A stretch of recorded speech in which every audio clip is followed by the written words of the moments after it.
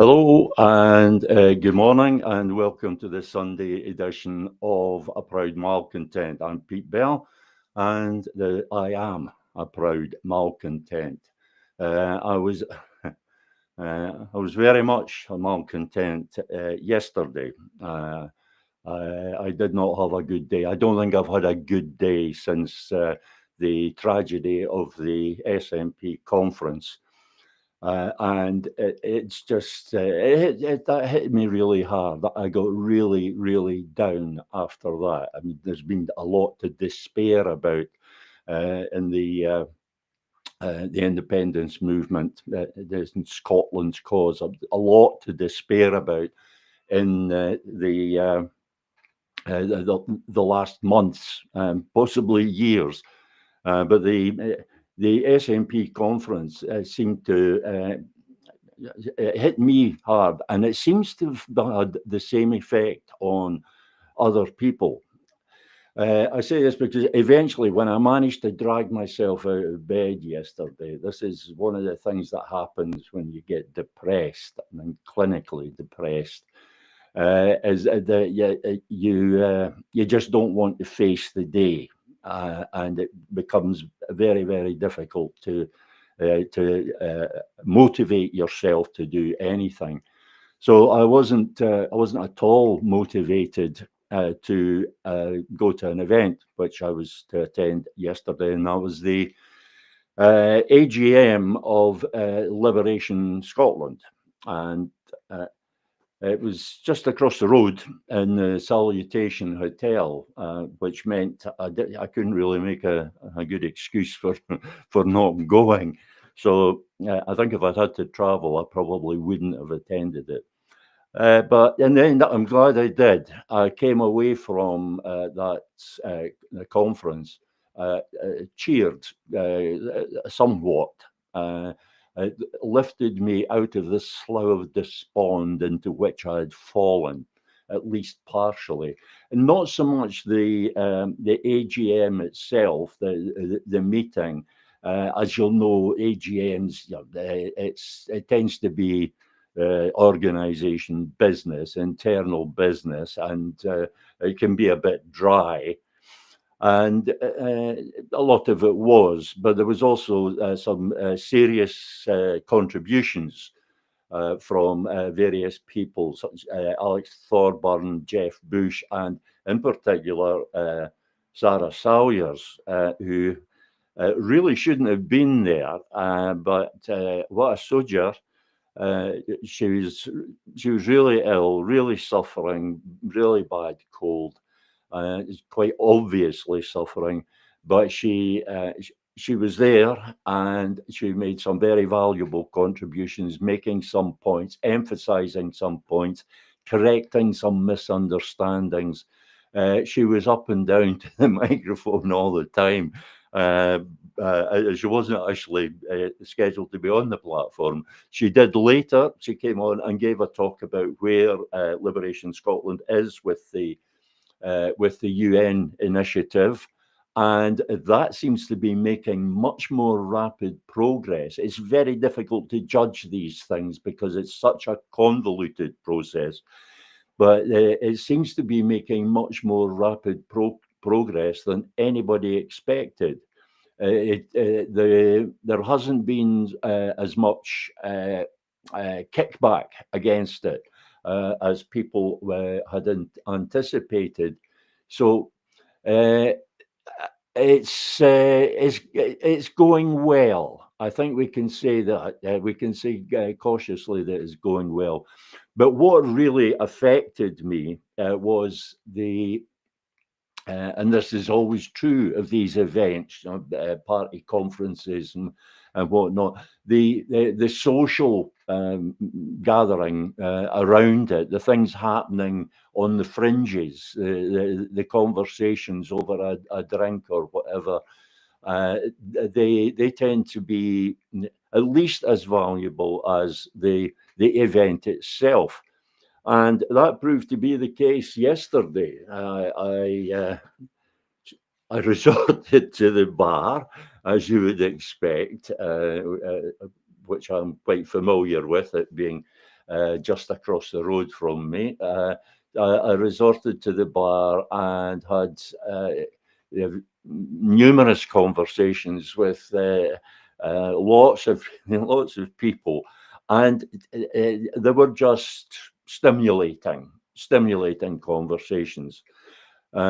And there were several things that struck me about the way people were talking. One was the number of people who seemed to feel exactly the same way as myself about the SNP conference and John Winnie's so-called strategy for independence.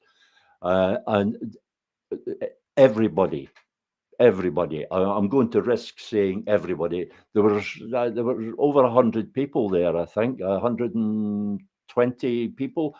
So obviously I didn't speak to them all, but the theme was the same, and all the people I talked to maybe a dozen, maybe 15, maybe 20 people, and the theme running through it was the same. The attitude to the SNP conference and Swinney's proposal was well, pretty much universally discussed.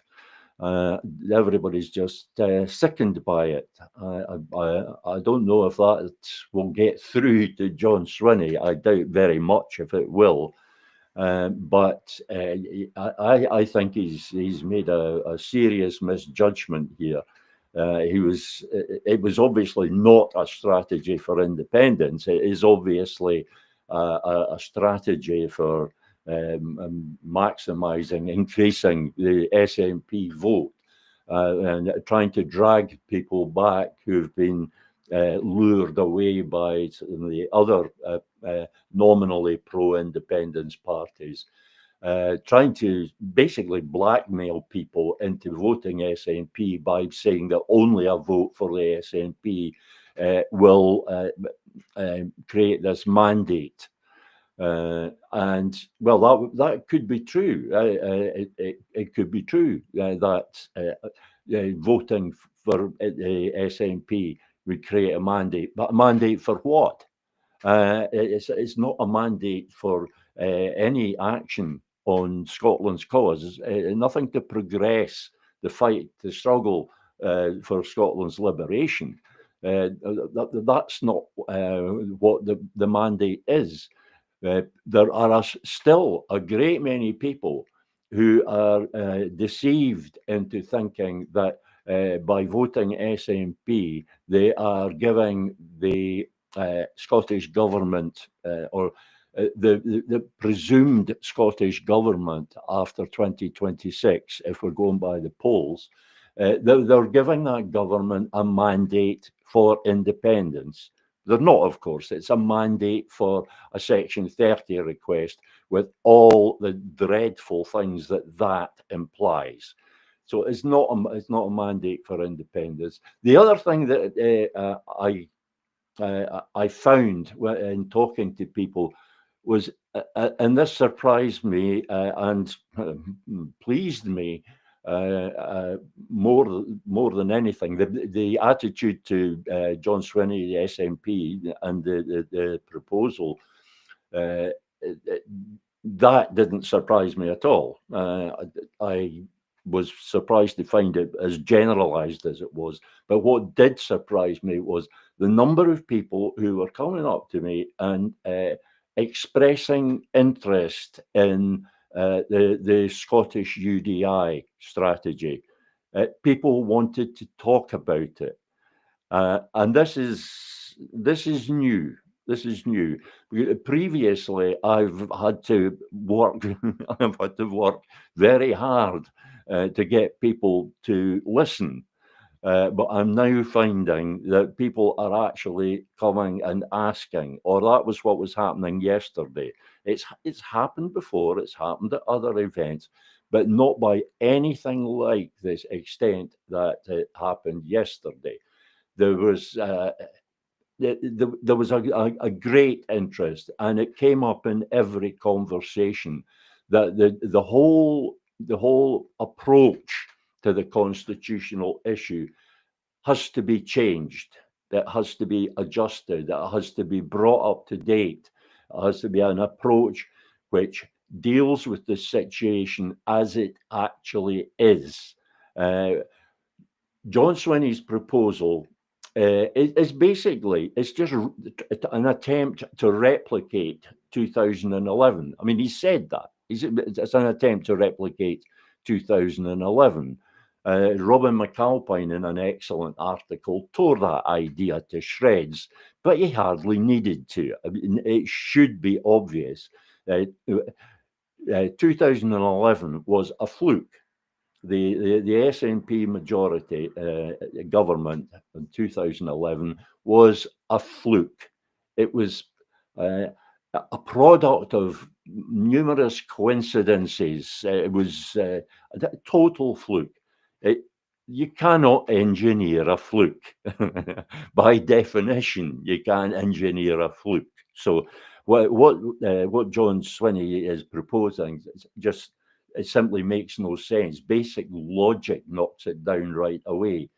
But this is a case of politicians just finding the words, the words that appeal to people, the words that lure voters, and just giving no thought whatsoever to the meaning behind these words, or how it all joins up.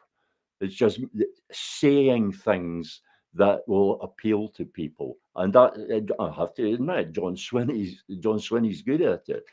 Maybe it wasn't that difficult to persuade the delegates at the SNP conference. Maybe they were pre-primed to believe their beloved leader, but it just seemed sublimely easy for John Swinney to get the leadership resolution passed unscathed, totally unscathed. Graham McCormick made a valiant effort to at least try and adjust it a bit. But even that, I regarded Graham McCormick's amendment as far too weak. It didn't really change it didn't change the approach at all. The Newington resolution would have done that. But I still hope that Graham McCormick's amendment would be passed. I hope that there would be some kickback against the leadership conference. I think we've been hoping that for years. Possibly, going back to 2015, 2016, we've been hoping to see the delegates at the conference to kind of turn around the leadership and say, just hang on a minute. This is not right. The way you're going about this, the things you're doing and the things you're not doing, but it hasn't happened. Every single SNP conference, and the one a couple of weeks ago was no exception. It's like, even I am not learning my lesson. I have to admit it. There's still hope for that kickback, and it's obvious it's just not going to happen. What does that imply? It implies that the original task that I set for the Manifesto for Independence, the Scottish UDI plan, was to change the SNP, because the SNP is going to be the party of government. We have to assume that, because that's what the polls are saying. And even if the polls are very wrong, or even if there's some dramatic change in the polls between now and actual polling day, the SNP is still going to dominate. There's still going to be a very significant presence. So it's quite clear that far from changing as was required, what John Swinney has done is he's dug in. It's been retrenchment. He's dug in. If anything, he's got worse. Generally, looking at everything that the SNP is doing now, it's like we're it's like deja vu. It's like we're reliving the Sturgeon era, and it's quite deliberate. He's trying to recreate that whole era. He doesn't seem to remember that or realise that era failed. That it did nothing for Scotland's cause. What does it imply? It implies that we need another party. We need another party. Post-colonial theory predicts the capture of the national government by the colonizer, by the administering power, to use UN language. And that is just so clearly happened. I mean, John Swinney is not even attempting to hide the fact that he's not actually trying for independence. He's not even concealing that fact anymore. He's relying on the party faithful, deluding themselves, and he uses the word independence a lot to help them delude themselves. But it's quite clear that he has taken the SNP a massive distance away from being the party of independence. That means we need another party. The people of Scotland must have an opportunity in 2026, next year. They must have an opportunity to vote for a genuine independence party, not a nominally pro-independence party, but a genuine pro-independence party. It's obviously not going to be the SNP. So who's it going to be? That's one for another day, because today, as every Sunday, we invite along a resident number cruncher to present Confute Corner. And this week, Stephen Duncan is going to be talking about migration. Now, light the blue touch paper and stand well clear. Hello, Stephen. Hi. Hello, Peter. Hi. I suspect this one could provoke a bit of interest, the subject of migration. And I think you should just get on with it, because I think I haven't done too badly with my my Sunday rant. I could have gone on longer, but I reined myself in. So I'll give myself a wee pat on the back for that. You can always come back to it later. I've left people in suspense about what I mean by a different party. That one has to be explored later. If I got into that, Stephen, you'd never have got a look in. So, are you ready for this? Is everybody ready for this? Stephen Duncan, ladies and gentlemen, and remember, this is him speaking, not me. Stephen Duncan on the subject of migration. Over to you, Stephen. Thanks for that introduction, Peter.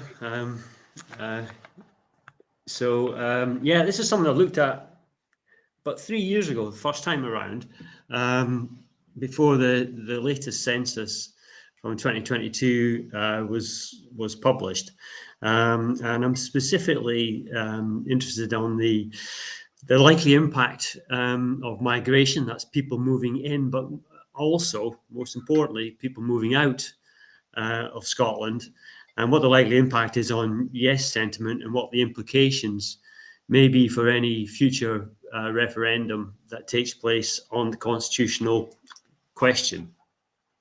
First interruption, Stephen, there will be more. When you talk about the implications for a referendum, do you have in mind the kind of referendum we had in 2014? Or is there something else, or is it the same? Are the implications the same regardless of what kind of referendum it is? For example, if I can just say, would it affect the implications? Would migration, the implications of migration? Sorry, if they would they have the same effect if the question was instead of should Scotland be an independent country, should Scotland leave the UK, or should Scotland end the Union? Would that change how migration has affects things? Sorry, So I understand what you're saying. I have no idea whether that would have an impact at all. I don't think there's been any research done on it. If there has, I'm not aware of it, and into what effect the question would have on the existing population as it is now, or as it has been over the last 10 years, or it might be in the future. I don't know. I imagine it would, however. I don't whether that would be positive or negative. I don't know. I'm not sure. It'd have to. It's something that would have to be. I think it's some research that would be worthwhile investing in doing. yeah. Should be in a position to actually have a referendum. So you're looking at the effect on yes sentiment, Yep. but how that translates into voting in a referendum depends very much on the type of referendum it is, and probably other factors as well. But I would think that the type of referendum is a significant factor. So it's just a general yes sentiment. It's not particularly. It's not applied to any particular referendum. No, I it's don't think not. I'm But expressing myself very well here for some reason. However, although, yeah, sorry, you get what I mean, and yes, I do. Yeah. hopefully the audience does as well. And if they do, well, congratulations, folks. All the information I'll be looking at in terms of opinion polls will be based on the question: should Scotland be an independent country? The question was asked in 2014. I'm not sure if that really answers the point you're making. I do understand the point you're making, but that's what the opinion poll demographics that we're going to look at briefly will be concerned with. But for the meantime, just a few bits and pieces from the census published in 2022, and also some of the migration information that's published on an annual basis in the middle of the year by the National Records of Scotland.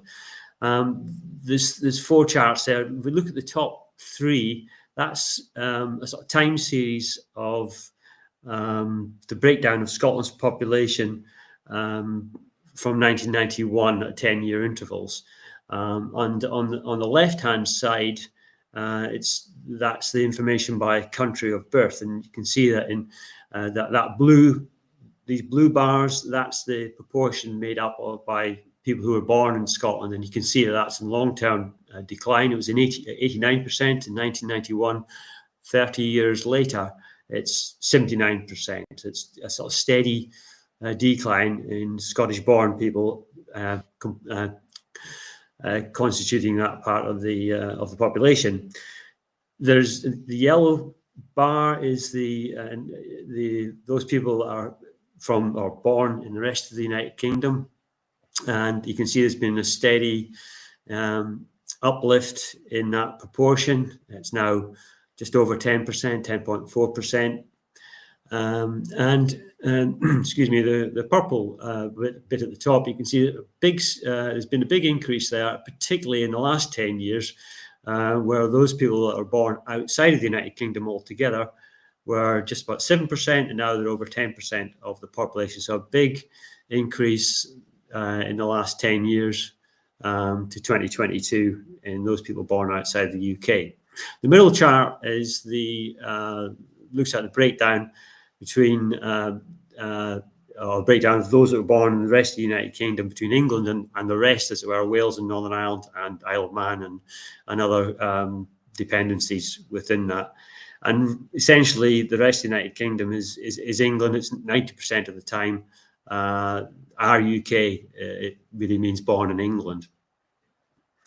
On the right-hand side, the third chart there, that's a breakdown of the those that were born outside the United Kingdom. And initially in 1991, 2001, the ratio between non-EU born and EU born was 2-1 in favour of the former.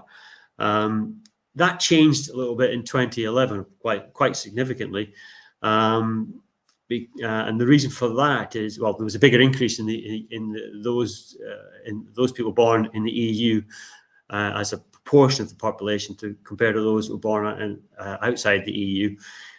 That was due to the enlargement of the EU in 2004, which saw the EU increase to 22 states from 12, and population increased by about a fifth, I think 75 million.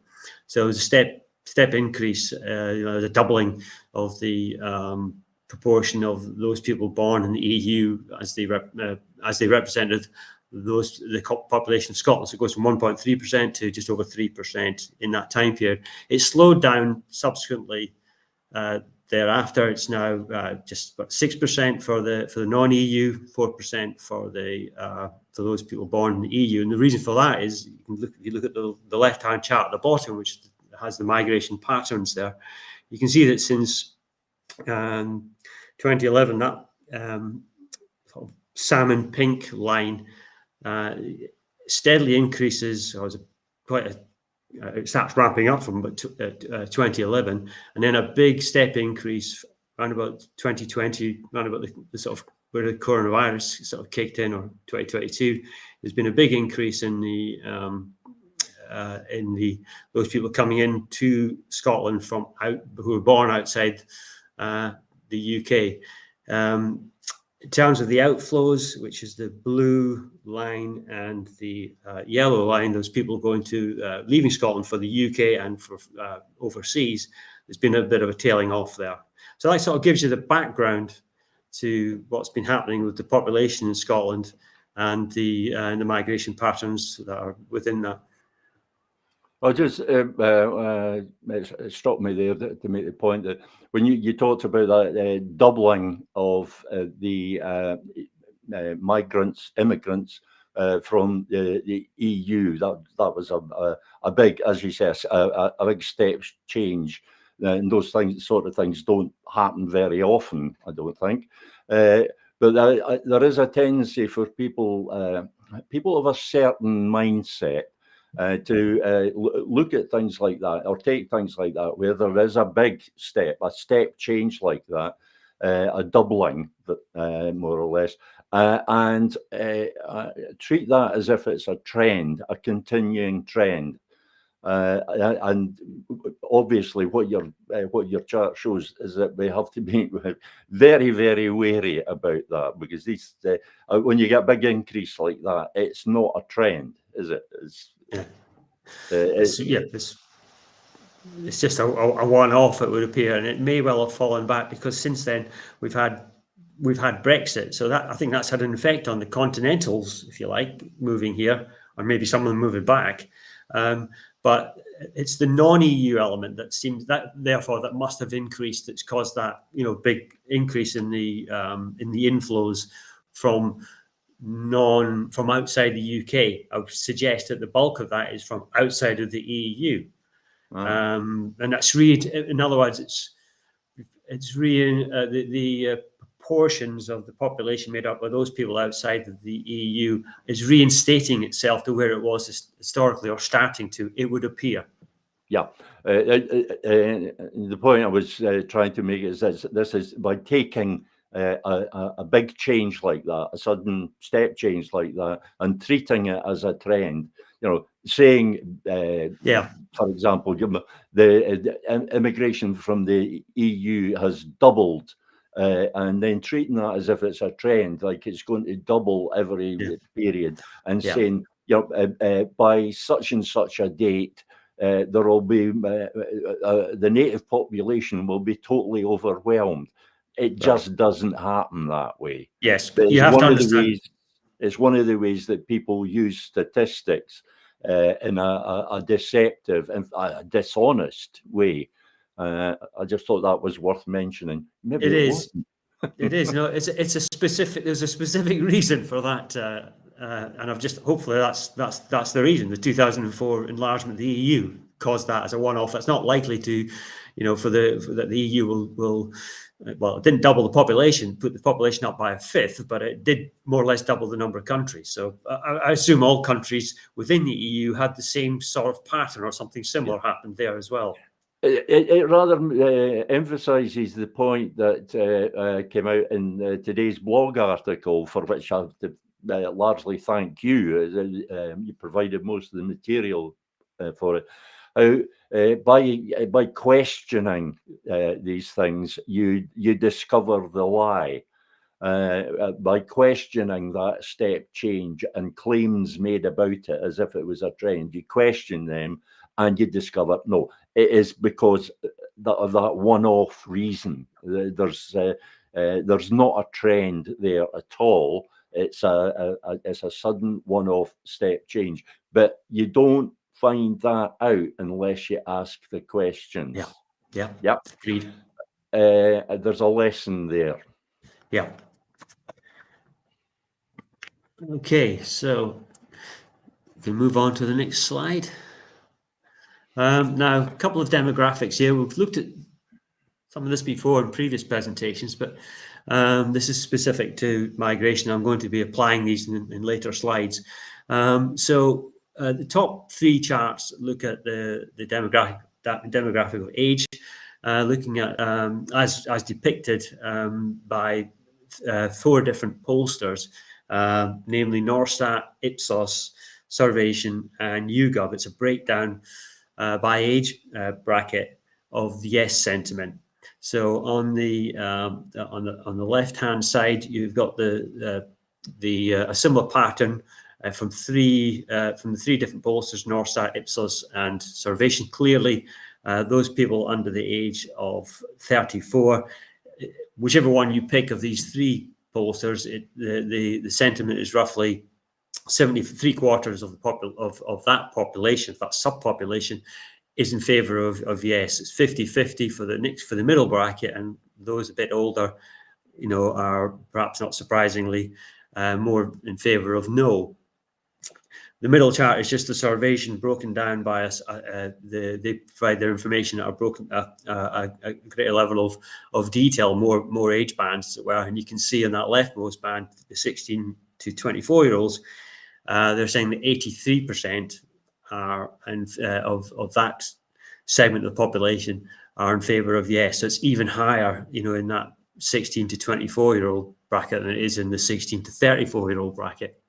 And on the right-hand side is YouGov, which is a lot more conservative, but it still says in the 16 to 24-year-old bracket that 64%, so almost 2/3, are in favour of yes. And again, there's that sliding scale as you move into the older age categories. The bottom three charts, or the bottom first two charts, look at the information from Norstat on the country of birth, something we've looked at before.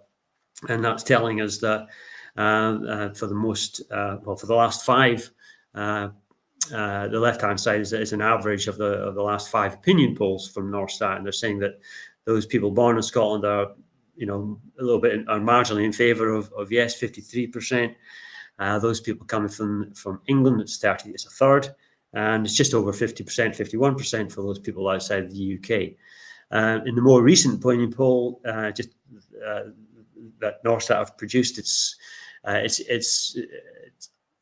where yes was actually higher overall. So all these three segments of the population are showing a greater incidence for yes: 55% for Scottish born, 37% for people born in England, and 57%, quite high, for those people born outside the UK. I prefer the moving average because it takes out sort of spikes and dips. It sort of smooths off the information, makes it more reliable. And that's shown in a time series of that sort of that moving average of 5 opinion polls is shown in that right-hand side graph at the bottom there, something we looked at before. And it just shows you how those born outside the UK have moved from being around about 1 in 3 in favour of yes to just over 50% now, and in England that's gone from 1 in 4 to about 1 in 3. So it's a gradual improvement. We've looked at that before, but the reason for showing that is really the next chart, our next slide. So what this does is it tries to take that information I've just run through and make an estimate of what the potential impacts are on the yes/no sentiment and in any future referendum. So I've numbered these. I'll just go through these different sections quickly, if I may. So number 1, we're looking at the first little table there, the population in Scotland on census day, which is 20th of March 2022, it's 5.4 million. We've then had some further migration since that the information was produced, and it's broken down in the information from National Records of Scotland, broken down by age band rather helpfully. And we can see those bits that I've highlighted in that second table, highlighted in orange, and that shows that 65% of those that are of voting age, so those that are 16 and above, the 2 youngest brackets show that that's where the greatest outflow of the population is from Scotland. And that's also where the greatest incidence is for yes. If you remember the previous charts that I showed on the breakdown of yes sentiment by age bracket, it's people under the age of 34. It's roughly about 75% of people are in favour of yes. So we're the greatest bulk of people leaving the country on an annual basis is coming from that cohort of people who are roughly 3 to 1 in favour of yes. I'm thinking this has implications for the claim that as the older people are dying off, the young people, the people who are pro yes or who tend to be pro yes, they will increase as a proportion of the population. This is one sort of theory that's propounded. The demographic trend favours yes, but that's not necessarily so. Is that? Well, there's a few things going on there. I think if somebody once said that time is on my side with regard to the reference Scotland gaining independence, i.e., because younger people are increasingly in favour of independence, then it's inevitable that it will happen. But if we're losing a lot of these people, on a yearly basis, then that's going to be a drag on independence, even if they're being replaced by others coming into the population who were 14 and 15, who are now 16 and 17. It's still a drag because it could be higher. But if we held on to these people, or and this is important, I think if we did have a referendum, you extend the vote to those that have just recently left. That's that's getting into the question of the votes for the diaspora, which is very tricky, and I think perhaps not something for today. Well, maybe towards the end of it, it's maybe part of the discussion is that we consider people look at the immigration side of the question only and who should get a vote that is living here, where perhaps we should be thinking equally about who should get a vote for those people who have just left. Not people who've been away for 20 years, but maybe people who have been living here all their life and have gone just left the country in 6 months for 6 months. It's certainly an issue that comes up quite a lot. So yes, you're correct. It does fit with today's subject of migration. So I probably shouldn't dismiss it as I just did. Yeah, we can talk about that later, but not much later. Right, okay, better crack on. Yeah, the second table there, it's really just some calculations I've done to establish what the, well, I've got the information from the census and from the National Records of Scotland, just to show the proportion of people that generally register, that could register on to vote. So first of all, those that are 15 years old and under, roughly about 16% of the population, they don't get a vote. Of those that are eligible to register, the NRS information, which suggests that about 92% of people do actually register. So a lot of people just don't register for one reason or another. And then for later on, I've made the assumption that, that if in a future referendum, as before, we would get a turnout of 85%. Multiply these two percentages together, roughly 78% of people who are eligible to register and vote would ultimately do that. So taking these assumptions into the section 3, the tables there, we've got a population of 5.4 million on census date. If we apply that filter, we would assume a turnout of about 3.55 million. And looking at the migration over the 2 years or 2.25 years from the census to the middle of 2024, for which data is available from the NRS, we haven't got any information later. It usually comes out about 9 months after the fact. Apply that to the inflows in the UK from outside the UK and also those people leaving. We get the numbers on the second part of the table there. Taking it all together, I've generated 8 different scenarios. I'm just going to focus in on the top 4. We've got, I've taken that census day turnout of 3.55 million and just split it evenly between yes and no, because that's roughly where the opinion polls were and probably are now, over a period of time. So that's one. So I'm assuming that the population is split. The population as at 2022 is split evenly, 1.775 million each. The inflows in the UK for the next 2 years was roughly 2 to 1 in favour of no. That's essentially people moving in from England. If you remember, 90% of people from the rest of the UK come from England or born in England. Let's put it that way. So I'm assuming that the opinion polls that suggest that it's 2 to 1 in favour of no from those coming from England, that applies here. So 49,000 versus 25,000 no to yes.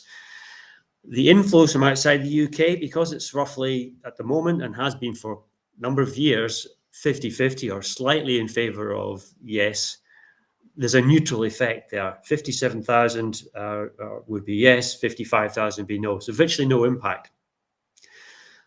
Then what I've done with the outflows to both to the rest of the UK and outside the UK, I've applied these percentage breakdowns from the 4 different pollsters. That's why I've got 4 different scenarios.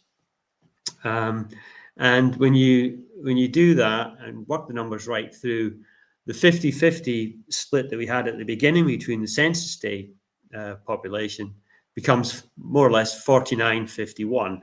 So it's 49% yes, 51% no. So it's roughly, maybe 0.5, 0.7% swing from yes to no. That table's wrong, by the way. It shouldn't say no to yes. It should say yes to no. So there's a swing there of, on average, across the piece, of about 0.6% from yes to no. And that's in 2.25 years. Remember here, there will be other offsetting factors, but we are just looking at everything else, all other things being equal, and trying to isolate the effects of inflows and outflows on the yes sentiment. So Sorry to butt in again, Stephen. Is there an assumption here? Sorry, I'll put it this way. Is there any research on what proportion of the inflows from England, how they split between yes and no? Is there any research on that? Oh yes, there's if we can look at the chart again, it's roughly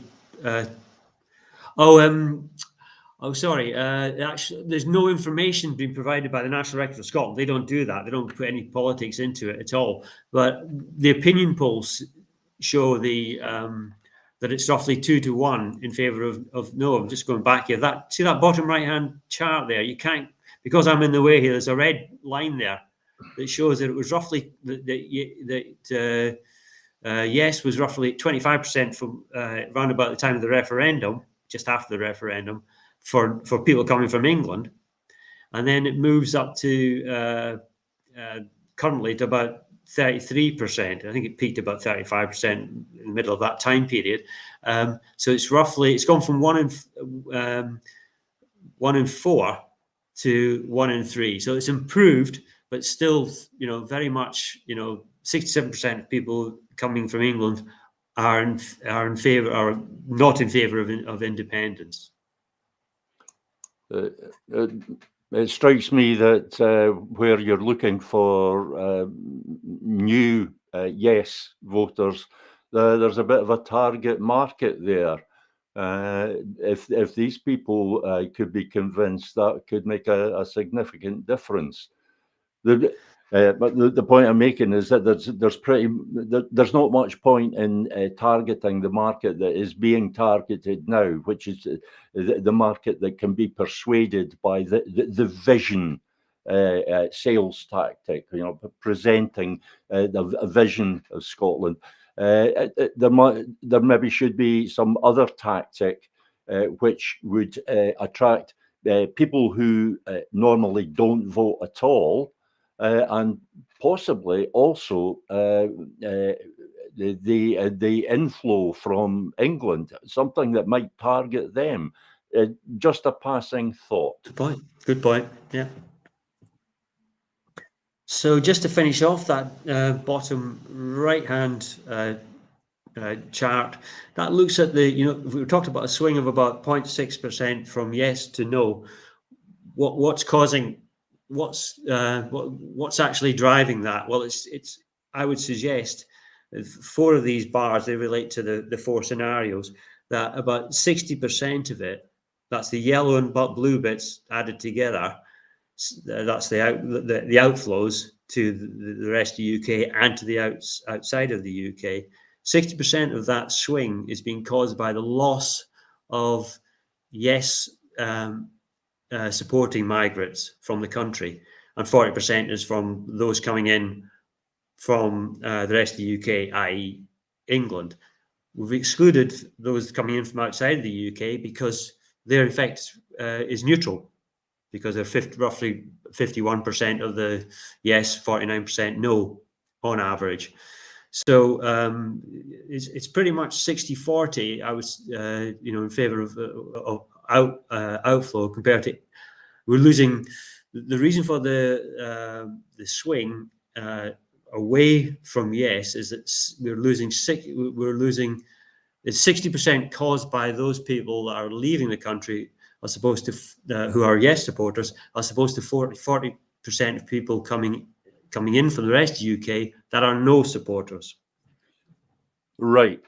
If I'm understanding this correctly, this is telling us that it's the outflow of young people that is having a bigger effect on yes sentiment than the inflow of people from England. Is that correct?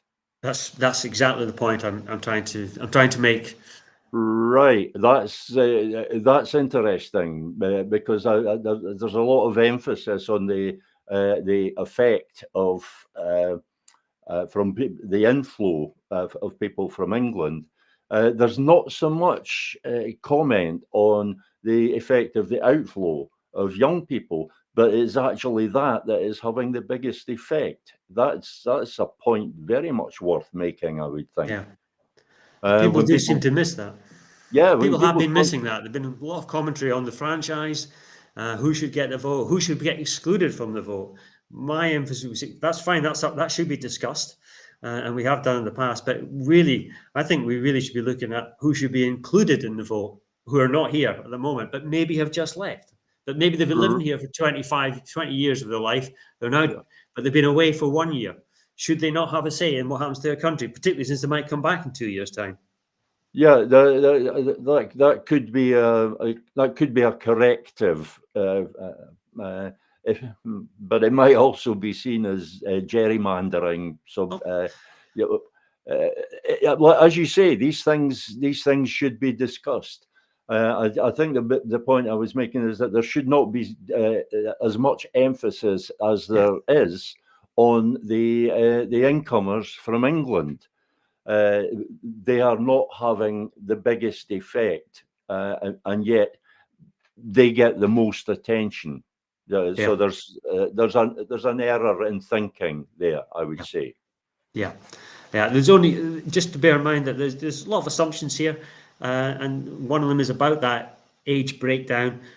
That second scenario there, where in fact 2/3 of that's indicating that 2/3 of the swing is a result of incomers from England. That's because of the YouGov effect, where they're suggesting that actually instead of being 80%, 75, 80% of young folk being in favour of yes, it's only 64%, 65%. That's why you're getting that, but getting that impact. But 3 out of these 4 scenarios where you've got Ipsos, Norstat, and Survation, all roughly in line with regard to younger people being 75% in favour of yes.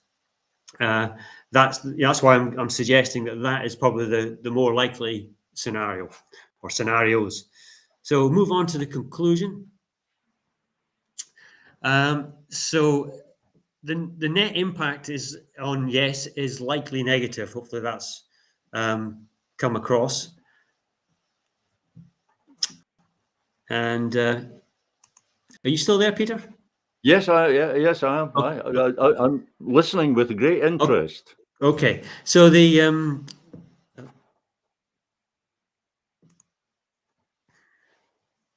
hello, Stephen. Right, just a bit of a technical issue there. Back now. The net impact is likely negative.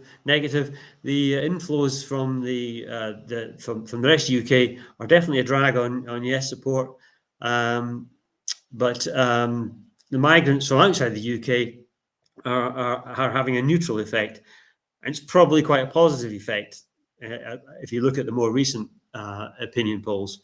And that's down to the sea change in sentiment probably from continentals post the Brexit vote. But I would say that the outflows are the greatest drawback or hindrance on yes sentiment, and the result is the net effect is that if there was nothing else to change, if nothing else impacted yes no, it would be a swing away from yes to no of 0.5%. Maybe 0.8%, depending which scenario you pick, and that's in a short time period. This presentation really, or findings in this presentation, sort of reinforces what we've looked at before, just coming at it from a different angle when we're looking at the franchise specifically, and it does, where we sort of concluded that the vote qualifying criteria needs tightening for new arrivals, but also we really want to think about perhaps a grace period of those people who've just recently departed, that they might still have an opportunity to vote if it's not, the time period has not been too long since they left. And that's pretty much it. Just to say that it is a rough cut assessment, lots of assumptions going on here. There are provisions and caveats along the way, but we are just trying to get some kind of indication as to what effect, or try to isolate the effects of migration, both sides of the equation of migration, on the support for yes in Scotland going forward. Well, that has been very interesting. I think it's. Can't hear you, Peter. Hello, are you hearing me now? No, I have no idea what has gone wrong. Let me see.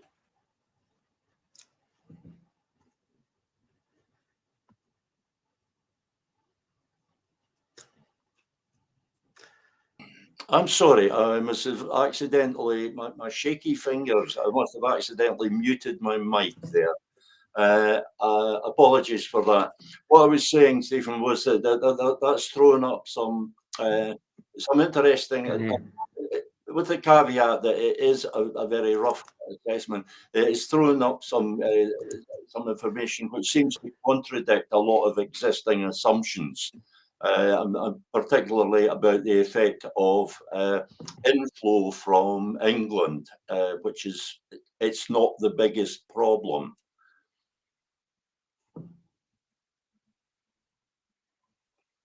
Sorry, are you hearing me now, Stephen? Can't hear you. Oh,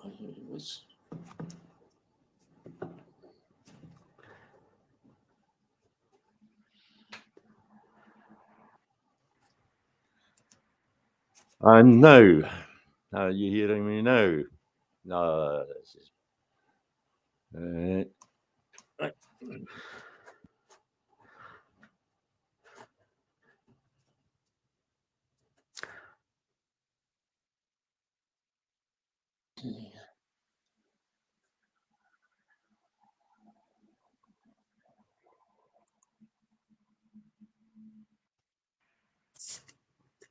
Right, we should be back now. No, still not hearing me. Right, I actually have no idea what's happened here.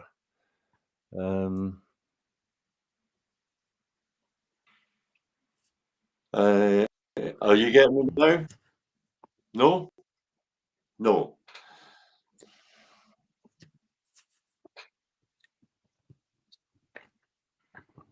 And now, is there anything coming across now? No. And